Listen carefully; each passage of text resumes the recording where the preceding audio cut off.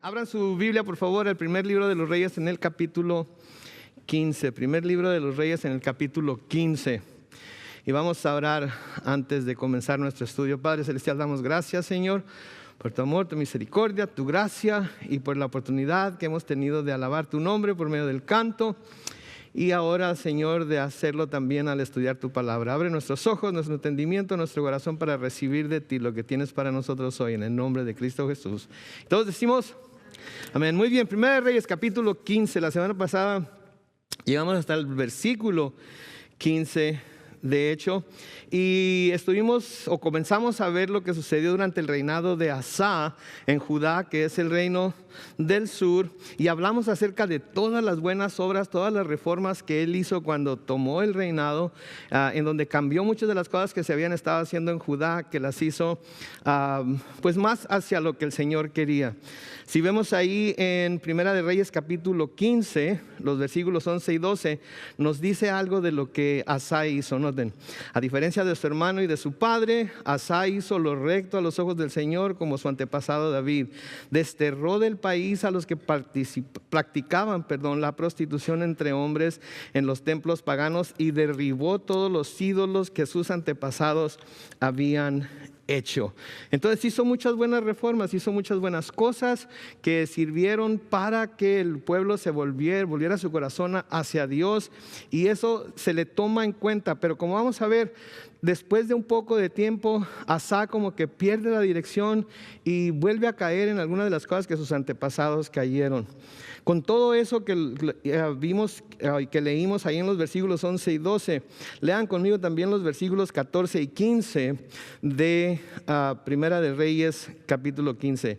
Dice: y aunque no se quitaron todos los altares de los montes durante toda su vida, Asa amó al Señor con todo su corazón. Subrayen, amó al Señor con todo su corazón. Hizo que se llevara de nuevo al templo del Señor lo que su padre había consagrado, además del oro, la plata y las alhajas que él mismo dedicó. Debemos prestar atención a esto, por lo que Asa va a hacer más adelante. Ahora, hoy seguimos con el relato de lo que Asa hizo durante ese reinado en los versículos 16 y siguientes. Noten en el versículo 16, Primera de Reyes capítulo 15. También hubo guerra entre Asa y Baasa, el rey de Israel, mientras ambos vivieron. Debemos notar aquí que durante el reinado de Asa, que duró de hecho 41 años, hubo 3 reyes en Israel, o sea, el reino del norte: Jeroboam, Nadab su hijo, del que todavía no vemos absolutamente nada, y Baasa, que también todavía... ¿Qué pasó? ¿Están jugando con el micrófono o no lo tenían prendido o qué? Ok, volvamos de nuevo a lo que estamos. Entonces, durante el reinado de Asa, que duró 41 años, hubo 3 reyes en Israel, en el reino del norte: Jeroboam, Nadab su hijo y Baasa. Y vamos a aprender algo acerca de Baasa en esta sección, pero lo vamos a ver aparecer después también. Entonces, no se me vayan a perder, porque aquí es en donde a veces la gente se pierde, la gente se confunde. Bueno, pues ¿en qué rey estamos? Estamos en el reino del sur, estamos en el reino del norte, este rey era, etcétera, etcétera. Estamos hablando de Asa, el rey de Judá. Y ahora se nos está presentando a un rey del norte, Baasa, que todavía no sabemos mucho de él, excepto lo que vamos a leer aquí. Y después vamos a volverlo a aparecer, ¿ok? Entonces, versículo 16 de nuevo: también hubo guerra entre Asa y Baasa, el rey de Israel, Baasa del norte, mientras ambos vivieron. Baasa se enfrentó contra el pueblo de Judá y mandó en fortificar las murallas de Ramá para que nadie pudiera entrar ni salir del reino de Asa.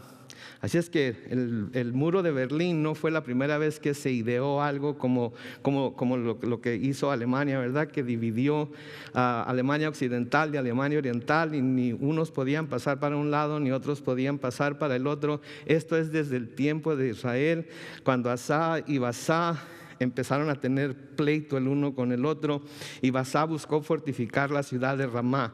Ahora es importante que haya buscado fortificar la ciudad de Ramá, porque así podría él bloquear la ruta principal por donde se entraba y se salía de Judá. Por lo tanto, también era importante que iba a interrumpir el comercio entre las ciudades de Israel y de Judá. Y esto definitivamente aplicaría, según lo que él pensaba, presión militar y económica sobre Asa para que pudiera de alguna manera hacer concesiones a Basá. ¿Ya se perdieron? ¿O todavía van conmigo? Asa, Basá, ¿verdad? Ok. Entonces, noten por favor la reacción de Asa al darse cuenta de lo que Basá hizo, versículo 18. Al ver esto, Asa tomó el oro y la plata que aún quedaban en los tesoros del templo del Señor. ¿Se acuerdan que los acababa de poner? Los puso de nuevo en el templo. Pues ahora noten lo que hace Asa. Quitó o tomó el oro y la plata que aún quedaban en los tesoros del templo del Señor, junto con los tesoros del palacio real. Y noten lo que hizo con ellos. Y los entregó a sus siervos con la orden de que fueran a Damasco, donde estaba el rey Ben-Hadad de Siria, hijo de Tabrimón y nieto de Esión, y le diera este mensaje. Entonces, vamos a detenernos ahí. Dense cuenta de lo que está pasando aquí, por favor. Toma lo que antes había consagrado para Dios y, como vamos a ver, lo usa para comprar la protección de un rey pagano, de un rey mundano, de un rey que no tenía nada que ver con Dios y nada con Israel, contra el que ahora considera como una amenaza para su reino, que era el rey Basá del reino del norte. Okay. Ahora, ¿cuál fue este mensaje que le mandó Asa a Ben-Hadad? Qué bueno que preguntan, porque en el siguiente versículo nos dice. Noten el versículo 19, este es el mensaje. Te propongo que tú, Ben-Hadad, y yo, Asa, hagamos una alianza como lo hicieron tu padre y el mío. Implica aquí que ya antes la casa de David había hecho un trato con el padre de Ben-Hadad. Aquí tienes, le dice, un presente de oro y plata. Y luego noten lo que sigue. Da por terminado el pacto que tienes con Basá, rey de Israel. Quiero que me deje en paz. Noten lo que está pasando aquí. Da lo que le pertenece a Dios a este rey para que lo proteja. Pero otra cosa de la que nos damos cuenta aquí es que este rey Ben-Hadad ya tenía un pacto con el rey Asa del norte. Entonces esto es lo que está pasando. A Basá en el reino del norte ya tenía un pacto hecho con Ben-Hadad. ¿Ok? Entonces Ben-Hadad y Basá estaban juntos en una alianza. Asa se ve amenazado por Basá y sabe que tiene como aliado a Ben-Hadad. Entonces Asa manda a unos mensajeros a Ben-Hadad y le dice: ¿sabes qué? Te voy a dar este oro, te voy a dar esta plata, te voy a dar estos tesoros, pero deja tu alianza con Basá y vente para acá conmigo y protégeme. Vente para acá conmigo y protégeme. Noten por favor lo que está haciendo Asa aquí. Se está sintiendo presionado, se está sintiendo atacado, tiene temor por lo que Basá junto con el rey Ben-Hadad pudieran hacerle al reino del sur. Tiene temor porque está viendo que Basá está construyendo Ramá, está bloqueando la entrada y salida de la ciudad, está bloqueando el comercio, está bloqueando todo lo que Asa iba a necesitar para poder mantener su reino funcionando. ¿Y qué hace? Saca el oro, saca la plata, saca los tesoros del templo, saca los tesoros del palacio y va y hace un trato con Ben-Hadad, que ya estaba en una alianza con Basá. ¿Se fijan el enrolladero que se está haciendo aquí? ¿Se fijan? Y saben que a menudo cuando estamos en medio de alguna prueba, sí, como lo estaba aquí Asa, a menudo cuando nos sentimos atacados por el enemigo, así como estaba sucediéndole aquí a Asa, sí, a menudo cuando estamos siendo atribulados por el mundo, me imagino que Asa se sentía como que todo el mundo estaba contra él, el reino del norte con sus 10 tribus, él solamente con 2 tribus. Ben-Hadad uniéndose al reino del norte, se sentía atacado, sentía como que estaba siendo atacado por el enemigo, estaba siendo atribulado por el mundo.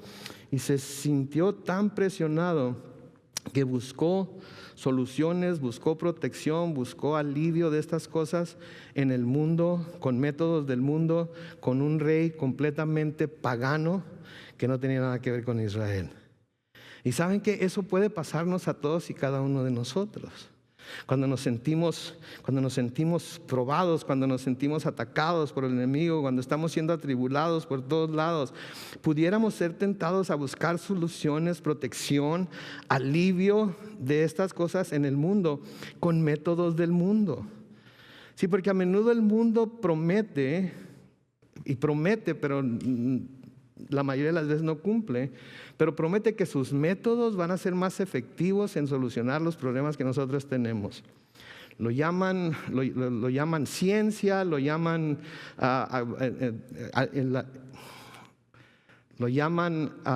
instrucción, lo llaman conocimiento avanzado, lo llaman estudios, lo llaman como lo quieran llamar. Pero nos prometen que sus métodos y sus fuerzas nos van a ayudar a salir del problema en el que estamos mucho más rápido de lo que quizás nosotros como creyentes creemos que Dios lo puede hacer. Y pudiéramos, así como Asa lo está haciendo, pudiéramos dejarlo más por lo menos, como vemos que Asa está haciendo aquí. Lo vemos como lo hizo en esta ocasión. Ahora sigamos leyendo, versículo 20 de Primera de Reyes 15 sigue diciendo: Ben-Hadad estuvo de acuerdo con Asa. Me imagino que Baasá también había hecho algún trato con él, le había ya pagado algún dinero, algunos tesoros, ya tenía ese tesoro y ahora Asa viene con la misma oferta, recibe lo de Asa y hey, Baasá, Asa, para mí es lo mismo, mientras esté recibiendo ganancia, mientras esté recibiendo pago, no me importa quién le ayude, yo estoy listo para ayudar al que me pague mejor, ¿verdad? Entonces, Ben-Hadad estuvo de acuerdo con Asa y ordenó a los comandantes de sus ejércitos que atacaran las ciudades de Israel, o sea, del reino del norte. Y así conquistó Iyón, Dan, Abel-Bet-Macá y todo el territorio de Cineret y de Neftalí. Y cuando Baasá supo esto, dejó de edificar la muralla de Ramá y se quedó en Tirsa. Versículo 22. Entonces Asa convocó a todo el pueblo de Judá sin excluir a nadie, y fueron a Ramá para quitar las piedras y la madera con las que Baasá estaba construyendo, y con ese material el rey Asa reconstruyó Gebá de Benjamín y Bespa. Entonces noten, pareciera ser que todo había salido bien para Asa, ¿no es cierto? Todo había salido bien para Asa. El aliado de Baasá ahora es aliado de él y la amenaza ha sido neutralizada. Y por si fuera poco, Asa tomó lo que Baasá estaba usando para fortalecer Ramá y lo usa para fortalecer sus propias ciudades, que eran Gebá de Benjamín y Mizpah. Podríamos decir, ahí termina bien la historia para Asa, ¿no es cierto? Termina bien la historia para Asa. ¿Por qué? Porque tenía un problema, buscó la solución, tenía el dinero para pagar por ello, fue con un rey pagano, sí, pero de todas maneras eso le ayudó. Así es que sin duda esto fue algo en lo que Dios estaba de acuerdo, con lo que Dios podía estar bien con ello, ¿sí? Aunque haya sido un rey pagano, aunque haya sido un rey que no tenía nada que ver con Israel. Pero ¿saben qué? No fue así. No fue así. Lo que Asa hizo tuvo repercusiones muy serias para él. Pero para ver lo que sucedió, no lo vamos a poder deducir de lo que estamos leyendo en Primera de Reyes. Este es uno de esos pasajes a los que vamos a tener que ir a otro pasaje para poder ver lo que sucedió entre líneas. Y para esto les voy a pedir que vuelvan su Biblia al libro de Segunda de Crónicas, capítulo 16. Segunda de Crónicas, capítulo 16, en donde se nos va a dar una explicación más amplia de lo que está pasando aquí. Segunda de Crónicas, capítulo 16. Y vamos a comenzar a leer, en el versículo 1. Cuando tengan la porción de escritura, digan amén. Ok, Segunda de Crónicas, capítulo 16, comenzando con el versículo 1, noten lo que dice ahí. Y van a ver que lo que vamos a leer aquí, ya algunas de estas cosas ya las leímos en Primera de Reyes, pero tenemos que leerlo para poder entender lo que está pasando. En el año 36 del reinado de Asa, el rey Baasá de Israel se lanzó contra Judá y para impedir que nadie llegara en ayuda del rey Asa de Judá, ni tampoco pudiera huir, fortificó la ciudad de Ramá. Asá sacó entonces el oro y la plata que había en los tesoros del templo del Señor y en el palacio real, y los envió al rey Ben-Hadad de Siria, que estaba en Damasco, con este mensaje: hagamos tú y yo un pacto como el que hicieron tu padre y el mío. Aquí te envío oro y plata. Ven y rompe el pacto que has hecho con el rey Baasá de Israel, para que deje de atacarme. Hasta ahorita todo igual que en Primera de Reyes 15. Amén. Ok, versículo 4. Ben-Hadad aceptó la propuesta del rey Asá y ordenó a los capitanes de sus ejércitos que atacaran las ciudades de Israel, reino del norte. Así conquistaron Iyón, Dan, Abel, Maim y las ciudades de aprovisionamiento de Neftalí. Y en cuanto Baasá supo esto, suspendió las obras de construcción en Ramá. Versículo 6. Entonces el rey Asá agrupó a todo Judá para llevarse de Ramá la piedra y la madera con que Baasá estaba edificando, y con ese material edificó a Jebá y a Mizpah. ¿Sí? Entonces, todo hasta ahorita va igual que Primera de Reyes 15, ¿sí? Pero en este relato se nos habla de algo más que sucedió. Sucedió algo más. Noten el versículo 7 de Segunda de Crónicas 16. Por esos días el vidente, que es otra palabra que se usa para profeta, Hananí, del cual no sabemos nada excepto lo que vemos en esta porción de la escritura. Noten, llegó a ver al rey de Asá de Judá, y le dijo: tú, lejos de apoyarte en el Señor tu Dios, has buscado el apoyo del rey de Siria. Por eso el ejército del rey de Siria se te ha escapado de las manos. Entonces no solamente fue con el rey de Siria, lo contrató y luego el rey de Siria, Ben-Hadad, le ayudó, sino que después de que fue y lo contrató y Ben-Hadad le ayudó, un profeta fue enviado por Dios a hablar con Asá y le reprocha: no te apoyaste en el Señor tu Dios. Has buscado el apoyo del rey de Siria. Y luego esta advertencia: por eso el ejército del rey de Siria se te ha escapado de las manos. Aquí se implica que aunque en este tiempo Baasá parecía ser el mayor enemigo de Asá, en realidad iba a llegar un tiempo en el futuro donde la mayor amenaza para el reino de Judá iba a ser el reino de Siria, Ben-Hadad. Pero ¿cómo Asá hizo un pacto con ellos? Y cómo normalmente cuando se hacen alianzas, los dos aliados conocen todos los secretos del otro. Asá no iba a poder librar la batalla que tendría que tener contra el rey de Siria, porque ahora era su aliado. Y luego el profeta le recuerda otra cosa a Asá. Miren el versículo 8 de Primera de Reyes 16. ¿Acaso los etíopes y los libios no eran un ejército incontable? Noten la palabra incontable ahí. Con carros de guerra y mucha gente de a caballo. Sin embargo, el Señor los puso en tus manos porque te apoyaste en Él. Ok, de nuevo vamos a leer el versículo 8. Este es Hananí hablándole al rey Asá después de que hizo la alianza con Ben-Hadad para que lo protegiera de Baasá. ¿Acaso los etíopes y los libios no eran un ejército incontable, con carros de guerra y mucha gente de a caballo? Sin embargo, el Señor los puso en tus manos porque te apoyaste en Él. Aquí Hananí le está recordando a Asá otra batalla que él tuvo, con un ejército mucho más poderoso que él, con un ejército, como dice ahí, incontable, ¿sí? Contra el que había luchado, y el Señor le había dado la victoria. ¿Por qué? Porque Asá se apoyó en Dios.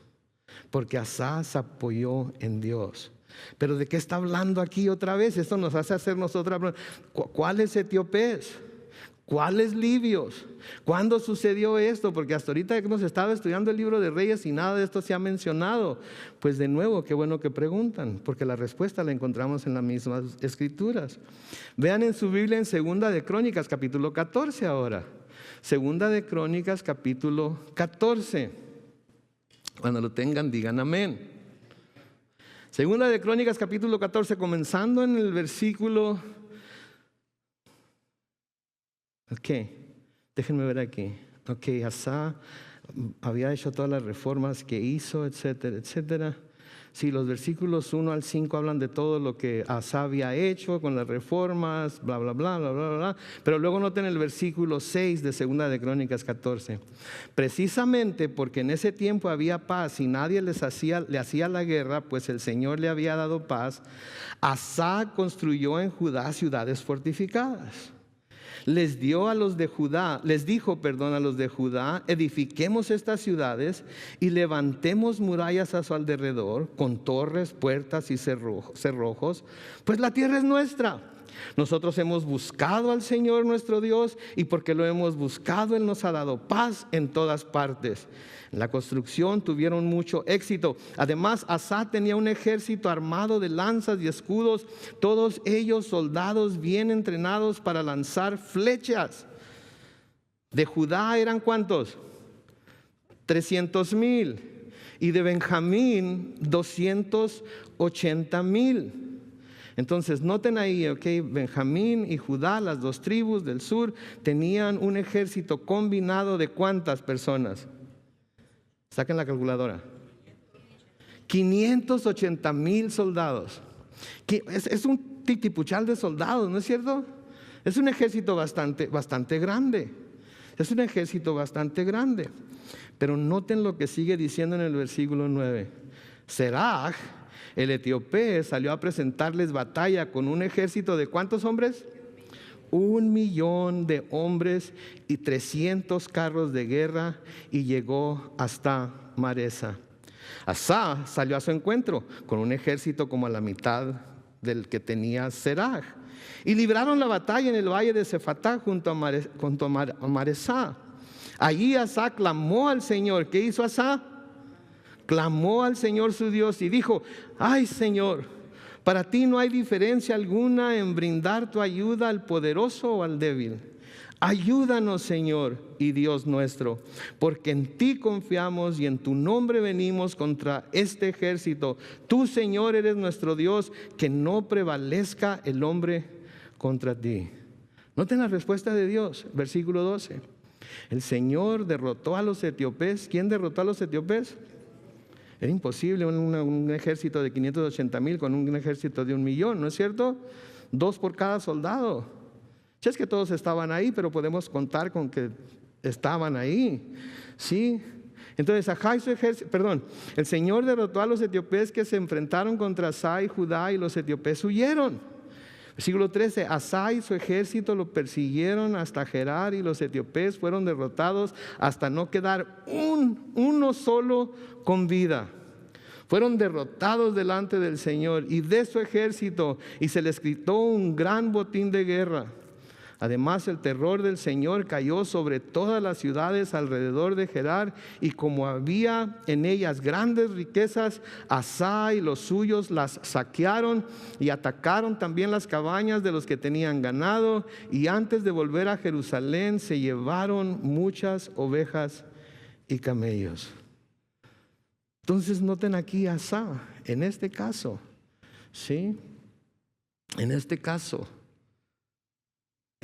tenía una batalla épica delante de él, gigantesca delante de él. Una batalla contra un enemigo obviamente muy superior a él.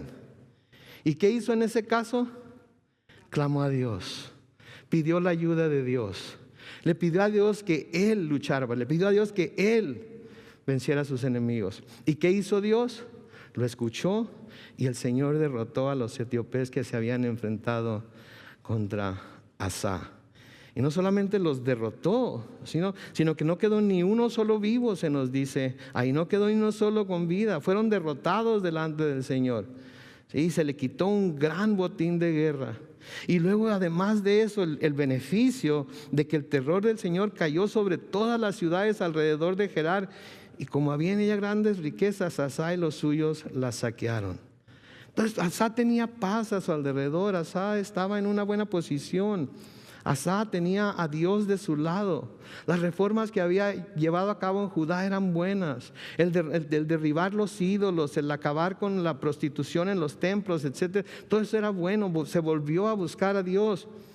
Pero ahora, en la que leímos en 1 Reyes 15, vemos que está haciendo un pacto con un rey pagano.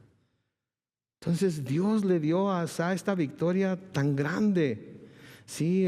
Ante un ejército que era el doble de lo que él tenía. Y sin embargo, noten lo que sucede. Ahora tiene un enemigo menos formidable. ¿Y ahora qué hace? ¿O qué no hace más bien? No clama a Dios, sino que busca la ayuda de un hombre igual que él y le paga con los tesoros del templo para que lo proteja. ¿Se fijan? Cuando las personas caen en desesperación, cuando las personas caen en el temor, cuando las personas se sienten perseguidas, cuando se sienten atacadas, cuando tienen una percepción del enemigo que los está enfrentando que es mucho mayor a la que en realidad es, se tienden a hacer cosas que no son de provecho. Si a veces yo creo que los cristianos le damos demasiado crédito a nuestro enemigo. Creo que los cristianos a veces pensamos que nuestro enemigo es igual de poderoso que Dios, pero que Él es el lado malo y Dios es el lado bueno, y le atribuimos ciertas cosas que el enemigo no tiene ningún poder para hacer, pero porque lo percibimos como más poderoso que nosotros, ¿sí? Le damos más crédito del que merece, ¿sí? ¿Y cuántos de nosotros de nuevo hemos visto a Dios librar grandes victorias a nuestro favor ante nuestros enemigos, ante enemigos más poderosos que nosotros? Enfermedades que hemos tenido, problemas económicos que hemos tenido, ¿sí? Familiares que han pasado por situaciones muy difíciles, sí, que hemos estado orando por ellos, hermanos en la iglesia, especialmente en este tiempo de COVID y de todas las enfermedades que andan por ahí, y los hemos visto ser librados de esas situaciones, de esas enfermedades, de esos problemas que han tenido. ¿Por qué? Porque servimos a un Dios poderoso y porque Dios es por nosotros. Dios está de nuestro lado. Dios está para luchar por nosotros. Él quiere ser nuestra fortaleza. Él quiere ser nuestro protector. Él quiere ser aquel al que corramos cuando nos encontramos en situaciones difíciles. Pero lo que sucede a veces cuando nos sentimos abrumados por la situación, cuando nos sentimos demasiado perseguidos, cuando vemos lo que está pasando a nuestro alrededor, es que a veces tenemos la tendencia a ir a buscar soluciones rápidas, a ir a buscar soluciones en el mismo hombre, a ir a buscar soluciones en los métodos del mundo, en lugar de simplemente hacer lo que Asa hizo cuando el etíope lo atacó, que es que clamar a Dios, buscar su rostro, esperar en Él, confiar en que Él tarde o temprano va a mostrarse poderoso por cada uno de nosotros, ¿sí? ¿Y qué vamos a hacer? Ahora que sabemos esto y ahora que hemos visto esta historia, ¿qué vamos a hacer cuando tengamos que enfrentar a otro enemigo que sea grande o sea chico? ¿Vamos a buscar la ayuda del mundo o vamos a volver a confiar en Dios? Tenemos que volver a confiar en Dios, tenemos que volver nuestra confianza hacia Dios. Él es el único que puede ayudarnos a menudo. Y cuando tratamos de buscar soluciones en otros lados, cuando tratamos de buscar soluciones dentro de los métodos que el hombre usa, a menudo nos perdemos de ver el poder de Dios manifestarse a nuestro favor. Sí, entonces no es que Dios no esté ahí para nosotros. ¿Estaba Dios ahí para Asa cuando Asa lo estaba atacando? Sí, estaba ahí. Entonces, ¿por qué no lo defendió? Porque no clamó a él. Porque decidió que iba a buscar ayuda con Ben-Hadad. Y no solamente decidió que iba a buscar ayuda con Ben-Hadad, sino que le iba a pagar con los tesoros del Señor. Podemos a veces cambiar, dejar, ¿sí? lo más por lo menos, por tener una vista muy corta, por no acordarnos de la grandeza de Dios, por no tener en mente sus fidelidades pasadas. Porque cuando mantenemos las fidelidades pasadas de Dios a nosotros en nuestra mente, cuando tenemos que enfrentar diferentes situaciones, el recuerdo de esas fidelidades pasadas nos hacen que pongamos nuestra confianza y que obedezcamos a Dios y no que busquemos en el mundo. Por eso Hananí le pregunta de nuevo en los versículos 8 y 8, de Segunda de Crónicas 16. ¿Acaso los etíopes y los libios no eran un ejército incontable, con carros de guerras y mucha gente de a caballo? Sin embargo, el Señor los puso en tus manos. ¿Por qué? Porque te apoyaste en Él. Te apoyaste en Él. ¿Qué quiere decir apoyarse en alguien o en algo? Nos recargamos sobre ellos, confiamos en ellos. Si confiamos en que ellos pueden con la carga, confiamos en que ellos tienen la fortaleza, confiamos en que ellos tienen la habilidad y nos cargamos a ellos y nos apoyamos en ellos. Mis hermanos, yo creo que esa es una palabra para muchos de nosotros aquí hoy, que tenemos problemas, que tenemos situaciones difíciles, que nos sentimos atacados por el enemigo, para que recordemos que no debemos de buscar la solución para nuestros problemas y contra los ataques del enemigo en los métodos y en el brazo del hombre, en el brazo de la carne se le podría decir, sino que tenemos que apoyarnos y confiar en Dios. Noten lo que dice el versículo 9 de Segunda de Crónicas 16. Los ojos del Señor están contemplando toda la tierra para mostrar su poder a favor de los que mantienen hacia Él, ¿qué? Un corazón perfecto. De nuevo, los ojos del Señor están contemplando toda la tierra para mostrar su poder a favor de los que mantienen hacia Él un corazón perfecto. ¿Qué quiere decir esto? Que mantienen hacia Él un corazón perfecto. Una de las cosas que no quiere decir es que no quiere decir de los que son perfectos. ¿Sí? No quiere decir aquí, los ojos del Señor están contemplando toda la tierra para mostrar su poder a favor de los que son perfectos. No dice eso, a favor de los que mantienen hacia Él un corazón perfecto. ¿Se acuerdan de quién se dice que tenía un corazón perfecto hacia Dios? David. ¿David era perfecto? No, tuvo sus defectos, cometió pecados.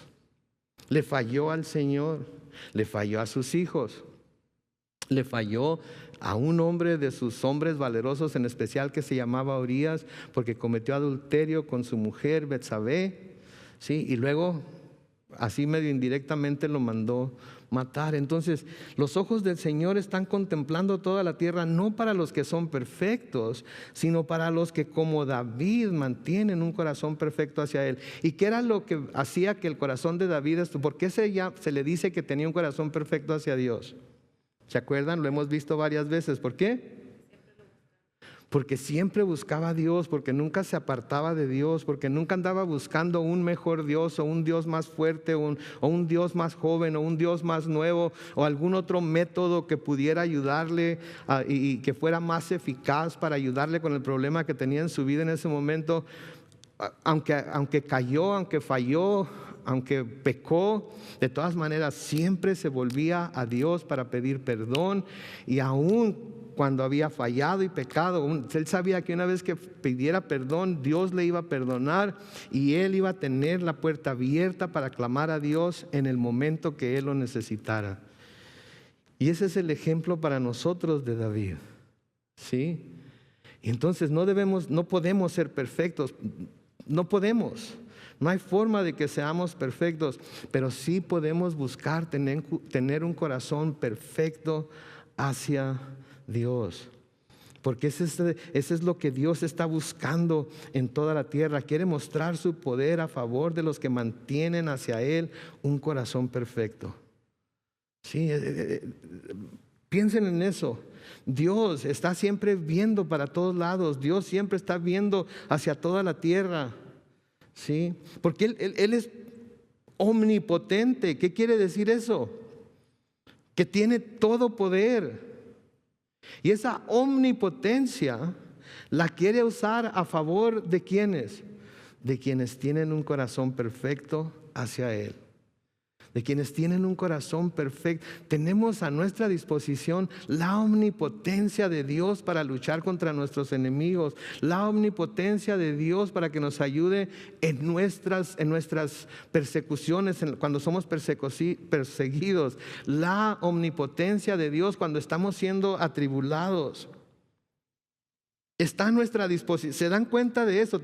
Yo creo que tengo que callarme un poquito para que piensen en eso, que la omnipotencia de Dios está a nuestra disposición.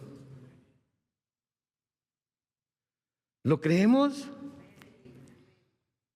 Porque si lo creemos, nunca vamos a buscar soluciones en ningún otro lado ni en ninguna otra persona más que en Dios. En Dios. A Él vamos a ir a pedirle consejo. A Él nos vamos a acercar cuando nos sentamos perseguidos. Y aun cuando el enemigo esté arreciando los ataques, aun cuando el enemigo parezca ser que es fuerte, ¿saben qué? Nunca va a ser tan fuerte como lo es Dios. Y Dios quiere manifestar ese poder, mostrar ese poder para con aquellos que mantienen un corazón perfecto hacia Él. Yo no sé ustedes, pero yo quiero tener un corazón perfecto hacia Él. Yo quiero que Él muestre ese poder a mi favor.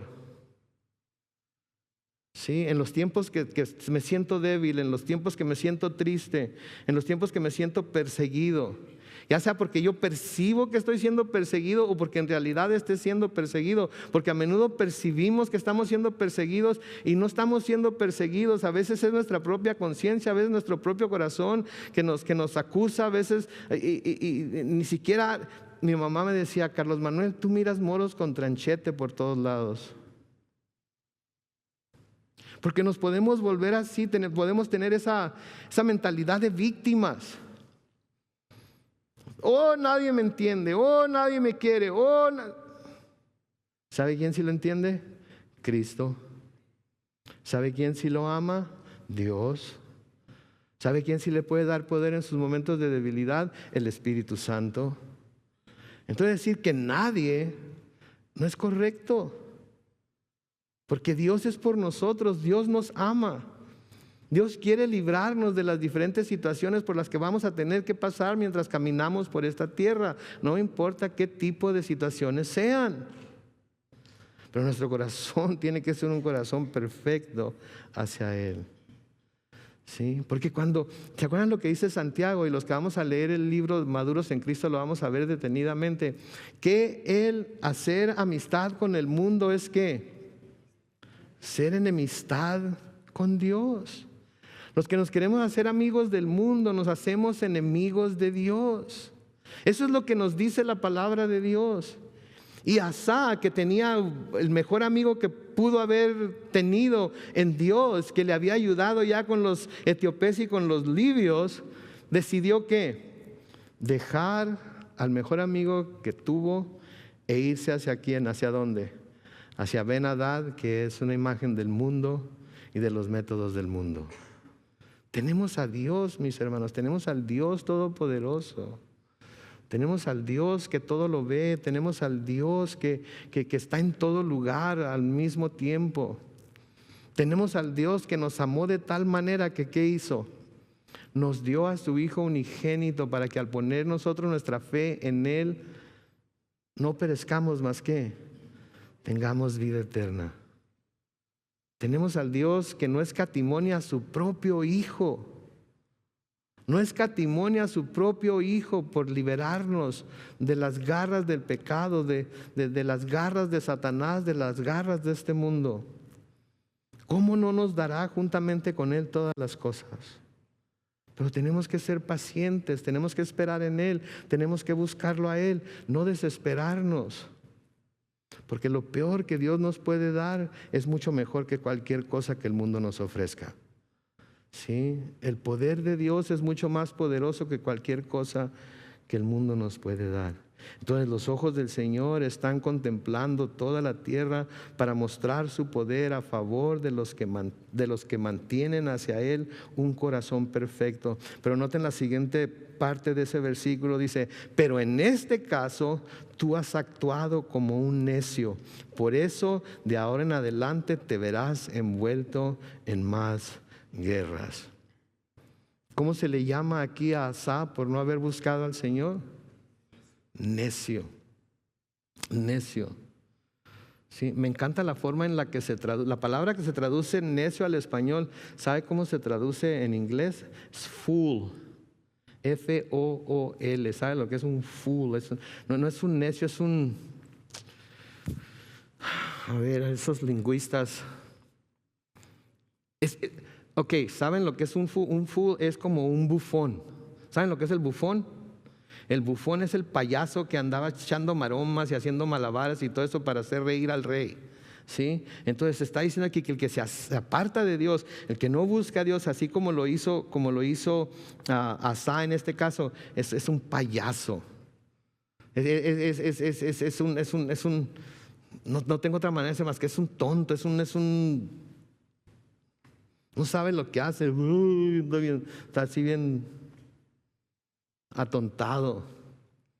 Porque teniendo a un Dios tan poderoso, va y busca el brazo del hombre.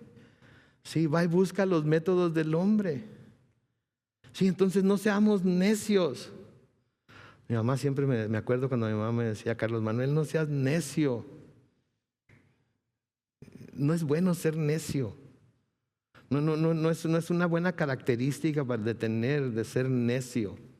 Sí, es más que ser cabeza dura, ¿ok? Ser cabeza dura tiene sus ventajas, ¿no es cierto? Que lo pueden agarrar a uno cascorrones y no le duele, ¿verdad? Pero ser necio no trae ninguna ventaja para nosotros, porque nuestra necedad, como Asa, dejamos lo más por lo menos. Ahora, si hubiera esperado que Asa dijera, Chihuahua, hombre, la regué, es cierto, tienes razón, qué bárbaro, cómo la pude haber regado. Pero noten lo que hacen en el versículo 10 de 2 de Crónicas 16. Asa se enojó contra el vidente y tan grande fue su enojo que lo echó en la cárcel. Por esos días Asa oprimió también a algunos del pueblo. Entonces el necio se le corrige y ¿qué sucede? Se enoja. ¿Y quién eres tú para decirme? ¿Y quién eres tú? ¿Y qué sabes tú?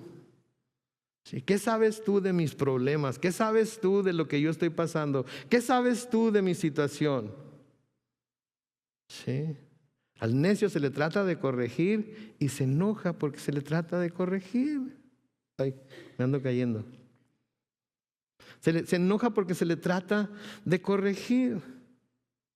Sí, hay mucha gente que viene a la iglesia, escucha la predicación, el Espíritu Santo habla a su corazón. Sí, y a veces reprende, redarguye. Sí, trata de enseñarnos algo. Y hay gente de corazón muy necio que se enoja con el mensajero. Pero no se enojen con el mensajero. Cuando lleguen a la presencia de Dios, sea para galardón o para condenación, aléguenle a Él. Aléguenle a Él, pero ya estando ahí, ya no va a haber manera de cambiarse de lado. Ya cuando se llegue ahí va a ser lo uno o lo otro. Entonces deberíamos de dejar de ser necios y no enojarnos por lo que se nos dice, sino prestar atención a lo que se nos está diciendo y buscar cambiar nuestra manera de pensar. Entonces vemos aquí el rey Asa, que todo lo que hizo, todas las reformas, todos los cambios, todo lo que hizo para que el reino de Judá se volviera a Dios. Y luego de repente, ¿qué pasa? Se siente presionado, tiene problemas, tiene el temor, etcétera. ¿Y qué hace? Hace lo inimaginable. Toma los tesoros del templo y se los da a Ben-Hadad para que lo defienda del que percibía como su mayor enemigo, que era Baasá, cuando ya había tenido una victoria tremenda sobre los etíopes y sobre los libios. En el versículo 23, volviendo a Primera de Reyes en el capítulo 15, pero manteniendo Segunda de Crónicas así medio, casi con un dedo, porque vamos a volver ahí también. Pero en Primera de Reyes 15:23 dice: los hechos de Asa y el poder que tuvo y las ciudades que edificó se hallan registradas en el libro de las crónicas de los reyes de Judá. Y cuando Asa envejeció, se enfermó de los pies y fue a reunirse con sus antepasados y fue sepultado con ellos en la ciudad de David. En su lugar reinó su hijo Josafat.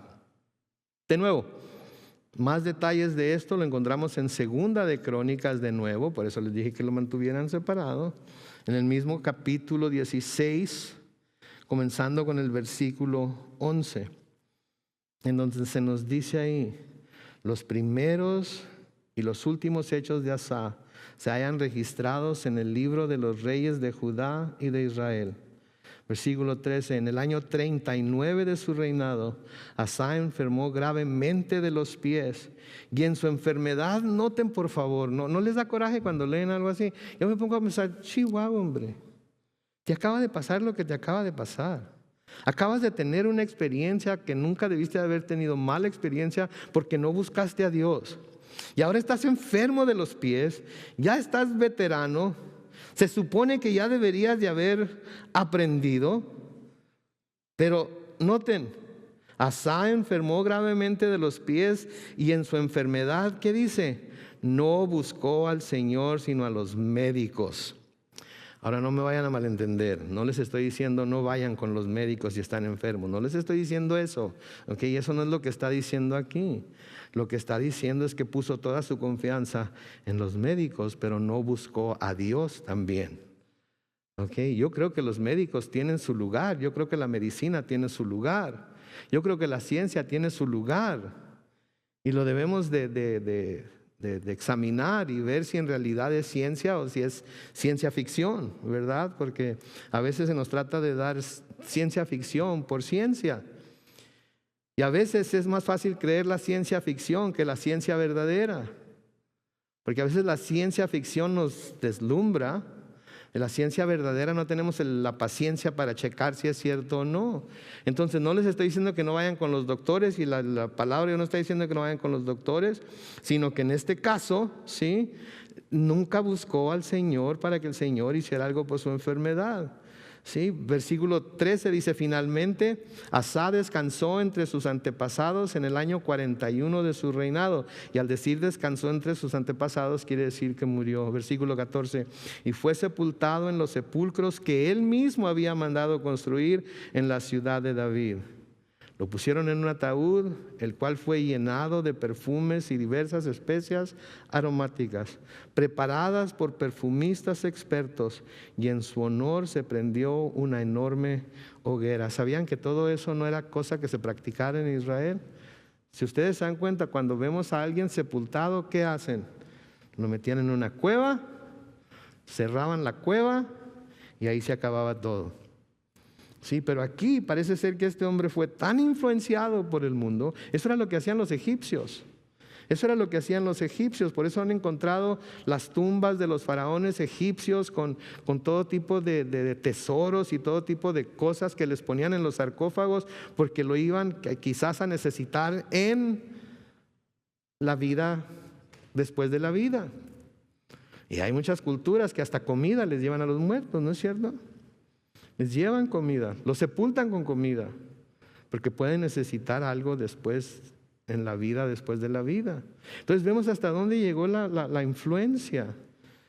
Lo pusieron en el ataúd, lo llenaron de perfume, especias aromáticas preparadas por perfumistas expertos, y en su honor se prendió una enorme hoguera. Esa fue la primera llama eterna. ¿Sí conocen la llama eterna que está en Washington, en la tumba de Kennedy, que siempre está ardiendo? No han oído. ¿Qué? Bueno, esta fue así como esta ciudad fue el primer muro de Berlín. Aquí esta es la primera llama eterna. Pero entonces, ¿qué aprendemos de Asa? Alguien dígame, ¿qué podemos aprender de Asa?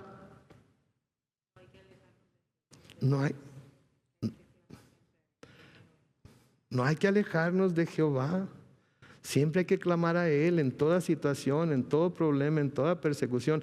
Él debe ser nuestra primera y última línea de defensa, ¿no es cierto? Estamos enfermos, ¿vamos o no vamos con el doctor?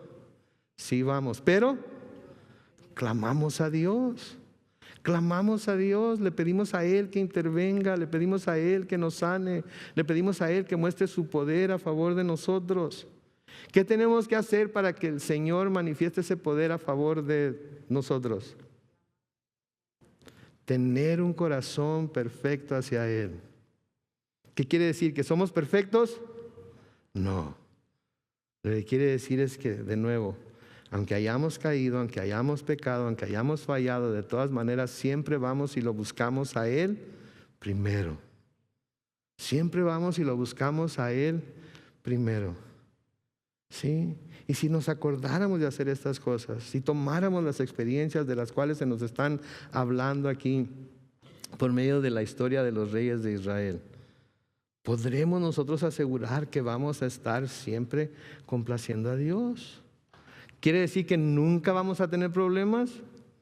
No, porque Asa complació a Dios, derribó todos los altares, derribó todos los ídolos, echó fuera a los que estaban, a las prostitutas de los templos paganos, ¿sí? Dios los salvó de los etíopes y de los libios, pero luego tuvo problemas con Baasá, que era un enemigo mucho menor que los etíopes y los libios. Pero la única razón por la que no pudo, por así decirlo, vencer completamente y luego va a tener más adelante que enfrentarse con los sirios, es porque no clamó a Dios. Entonces debemos clamar a Dios siempre. Amén. Voy a pedir al grupo de alabanza que pase al frente y vamos a orar y luego vamos a cantar una vez más y luego vamos a despedirnos. Bendito Padre Celestial, gracias por tu palabra, gracias por las enseñanzas que tenemos y encontramos en ella. Gracias, Señor, por los ejemplos que nos nos das a través de ellas, de cosas que como creyentes debemos hacer, que como creyentes debemos de cuidarnos para no caer en los mismos errores que algunos de estos reyes que hemos estado estudiando cayeron. Te pedimos, Señor, que nos sigas instruyendo, que sigas abriendo nuestros ojos, que sigas hablando a nuestro corazón, oh Dios, y que podamos día tras día buscar acercarnos más y más a ti. No importa cuál sea el problema que estamos pasando ahorita, no importa cuál sea la situación y no importa qué tan difícil se nos haga a nosotros, que podamos clamar a ti, Señor, todos los días de nuestra vida. Señor, te quiero pedir por cada uno de mis hermanos y hermanas que están aquí presentes hoy.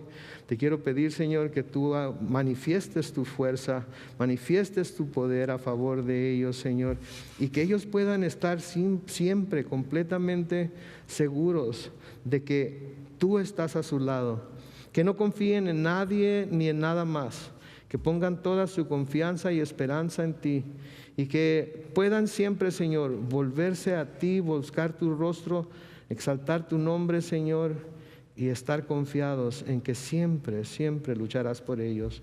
Te damos gracias, Señor, por esa seguridad que tenemos en ti, por el poder de tu Espíritu. Sigue, oh Dios, abriendo de nuevo nuestros ojos y nuestro entendimiento para que veamos estas cosas claramente. En el nombre glorioso de Cristo Jesús. Y todos decimos, amén.